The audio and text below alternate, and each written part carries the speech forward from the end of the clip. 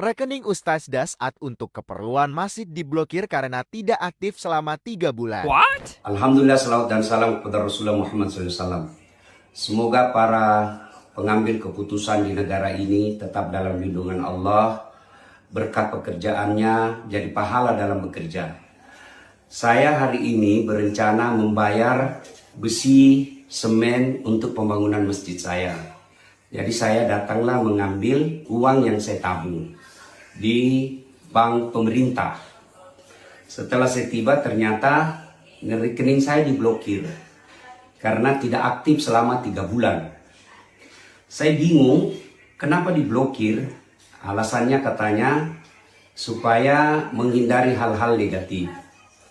Setahu saya selalu diiklankan oleh negara, ayo menabung, ayo menabung. Menabunglah saya, tapi kenapa diblokir? Namanya menabung disimpan duit. Kalau tidak disimpan, diambil terus bolak-balik, lebih baik simpan di dompet.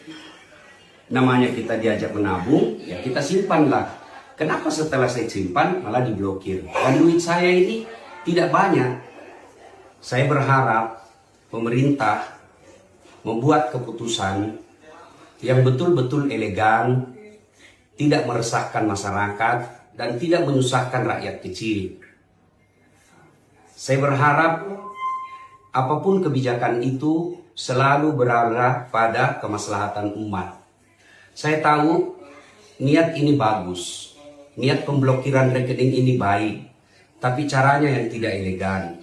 Apa gunanya kalian yang sekolah tinggi-tinggi ke luar negeri, digaji oleh negara, yang bekerja mengelola keuangan masyarakat, lalu uang masyarakat ini, kebijakan ini justru melahirkan keresahan dan menyusahkan masyarakat.